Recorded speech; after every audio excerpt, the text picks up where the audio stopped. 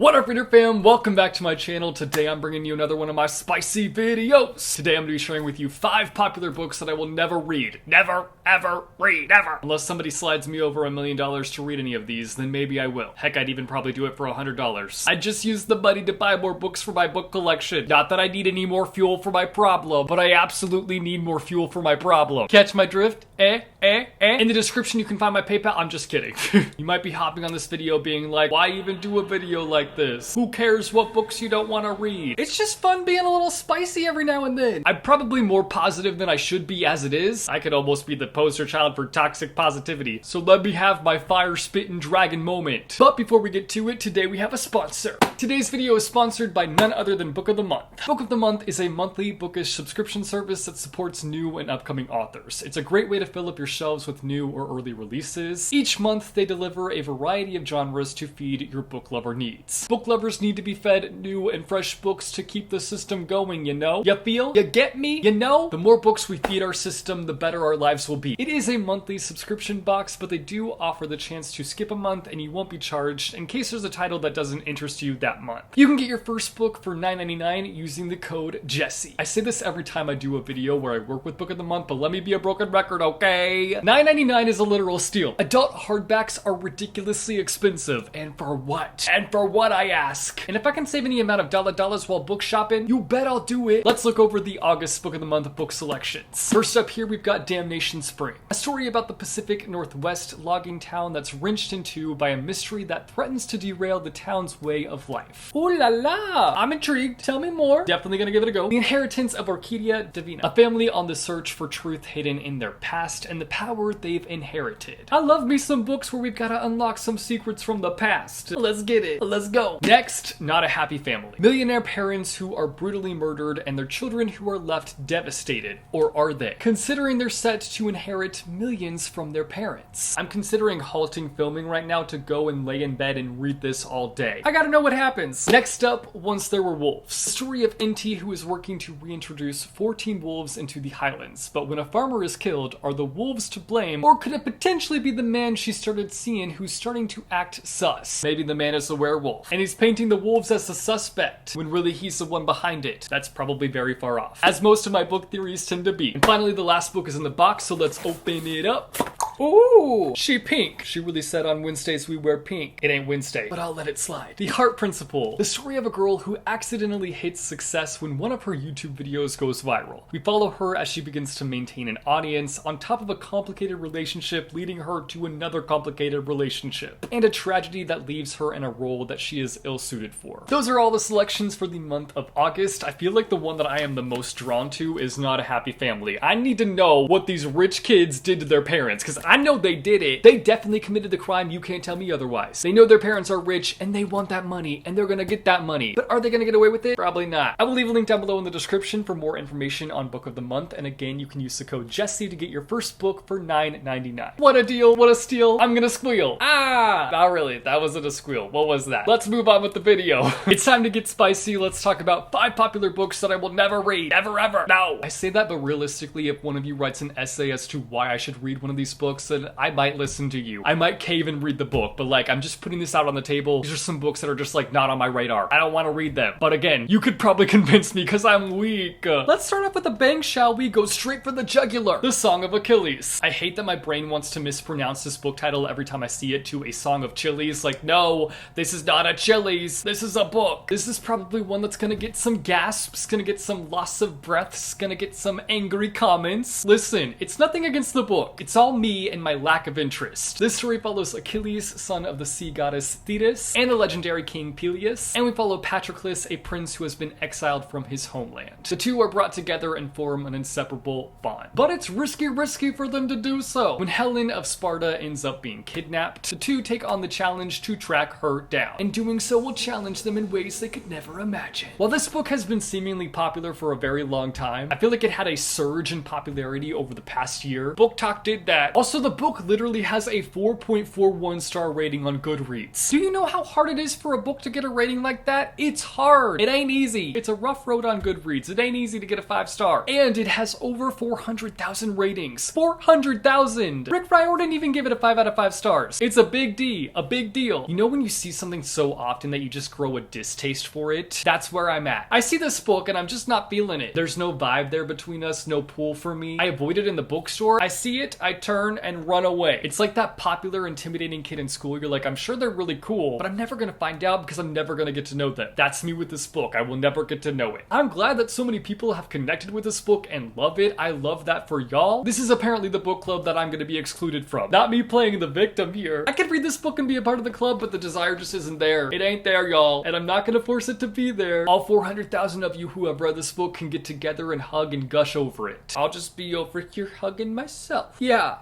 Hashtag pathetic. Next, we have A Little Life. In this book, we mostly follow Jude, a boy who has been through years of pain growing up. We essentially follow his life in New York, attending college with his friends Willem, JB, and Malcolm. Overall, though, I feel like this book is mostly focused on Jude's trauma and how it affects him long term. Now, this one I gave a big old chance, and it's one that at one point I did really want to read. But hear me out, I've tried pushing myself to read this book 3 times now, and you know what they say, 3rd time's the charm, but it wasn't the charm for me. No! The 3rd time for me was still closing the book and setting it aside and forgetting about it. I always end up getting a decent amount of the way through, but then my engines just end up failing me. Every time. I think for me, this is just a very long-winded book, though I don't know if I'm allowed to critique it considering the fact that I didn't finish the dang thing. There were aspects of it that I liked at the beginning. Friendship aspect, the New York backdrop, and just seeing everybody grow together. I loved those bits that I saw, but just for the most part, I feel like the book could have been condensed like 100 or 200 pages, because this is a thick book, and I don't really think it needs to be that thick. But again, I don't know if I can critique it. I haven't read it. I will say that it's a heavy book, again, both in terms of like the actual physical weight of the book, but also in terms of like the topics that it covers. Like, you feel the emotional weight of it as you're reading the book. It's a book where it's sad, and it doesn't really have a moment where it like lets up on that sadness. I did a bad thing actually, because I knew I was never going to finish this book. Like, I accepted that fact. I'm moving on with my life onward. I decided that I was going to spoil myself for this book because I still wanted to know what happened. I was invested enough to want to know, but I wasn't invested enough to want to put in the work. So I read spoilers for what goes down in this book, and I'm kind of glad I didn't stick with it, because this book is just literal heartbreak. Like, if you just want something where it feels like you're being smothered by emotions, it's like an emotional car wash situation. You're going in the car wash and just emotions are just like rubbing up against you, then this book is probably for you, because just reading about what happens, like even just reading the spoilers, I was like,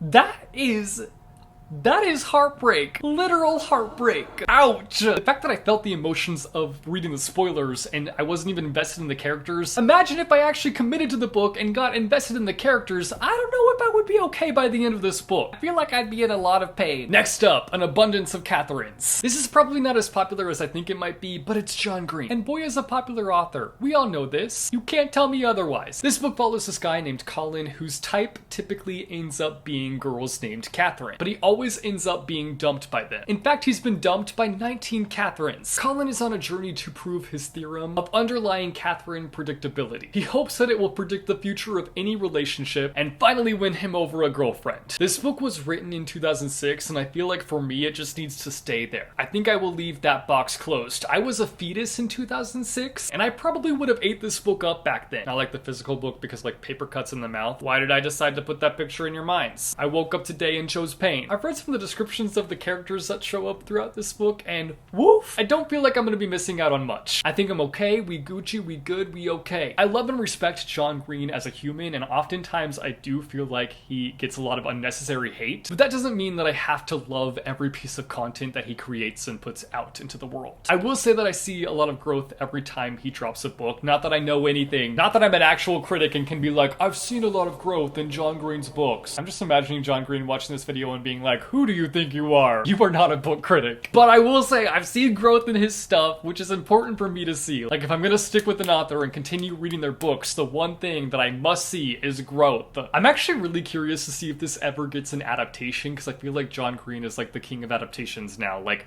all of his books get made into something. Next up, The Time Traveler's Wife. This book honestly is probably not very popular in the year of 2021, but at one point it was popular. A lot of people have read this book. I will never be somebody that reads it unless Thus, that $1 million is passed over. Then hand it over. Let's go. I'll read it. In this book, we follow Henry, who is diagnosed with chronodisplacement disorder. So from time to time, his genetic clock resets and he's misplaced in time. Throughout the novel, we follow Henry and his wife, and we see how this time travel element ends up affecting their life and their marriage. This might break some hearts. I don't know if it really will, but like, if I want to consume the story, I'll just watch the movie. I know that's like the biggest no-no for readers to do, but I said it. I'm gonna own it. I'm breaking the reader rules. But listen, an hour and 48 minutes of Rachel McAdams? I'll take that any day. She a beaut. After reading reviews on this book, though, I feel like this book is just really outdated and won't really hold up in the year of 2021. I also read that it seems that it can be hard at times to kind of differentiate the different voices between the different characters and also like the different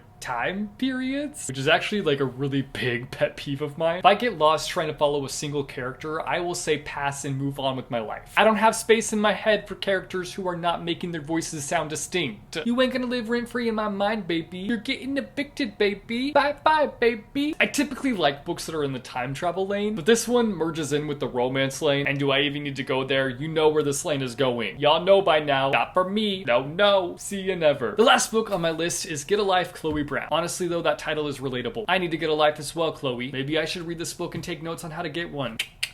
Is that something that I can just pick up at the grocery store? What aisle is that on? In this book, we follow Chloe. I really needed to tell you that, huh? After almost dying, she's come up with a bucket list of sorts to help her get a life. This one has been recommended to me a lot lately, specifically after I mentioned the fact that I love books that have a bucket list in it. Shoot, when I said that, this book was flooded in as a recommendation. It was like, have you read it? Have you read Get a Life, Chloe Brown? Have you read Get a Life, Chloe Brown? Have you read Get a Life, Chloe Brown? Have you read Get a Life, Chloe Brown? Have you? And I'm over here like, calm down, let me breathe. But no, the answer is no. And at first I was like, maybe I will read it. But then I looked into it and was like, nah. It actually made me feel like nobody listens when I talk. I don't typically vibe with books where romance is kind of at the forefront. And this is a full-on romance book. I mean, it must be good because I feel like everyone has been talking about this book lately, but it's a no for me. I mean, honestly, I feel like I haven't really given the romance genre a chance. I don't really see myself getting along well with that genre, but I also feel like I just need the right recommendations. The only problem is I'm a picky reader. Picky. After looking into reviews for this one, I have decided to decline. I'd like to make an appointment with another book. I'm gonna schedule my time for books that I feel like I'll love, instead of a book that could potentially cause me to rage. Alright guys, so those are 5 books that I will potentially never read unless somebody passes over $1 million or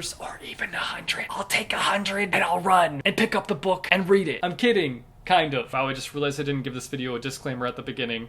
Please don't hate me. All you Song of Achilles lovers are gonna come for me, and I'm scared. You guys should let me know down below in the comments some popular books that you will never read, or write out an essay trying to convince me to read any of the books on the list that you think I should read. I will take your thoughts into consideration, okay? If you like this video, be sure to go and hit that like button. If you want to see more bookish content from me, be sure to go and hit subscribe or go and hit that bell icon and you'll be notified every time I post new videos. As always, thank you guys so much for watching. I hope your day is bright, that tomorrow is brighter. Keep reading what your heart desires, and I will see you soon with a new video. Bye-o. Since when do I wave when I say bye-o? Apparently that's a new thing. Bye-o. I'm not gonna make it a thing, I promise. The two are brought together and form an inseparable bond. The two are brought together and form an inseparable bond.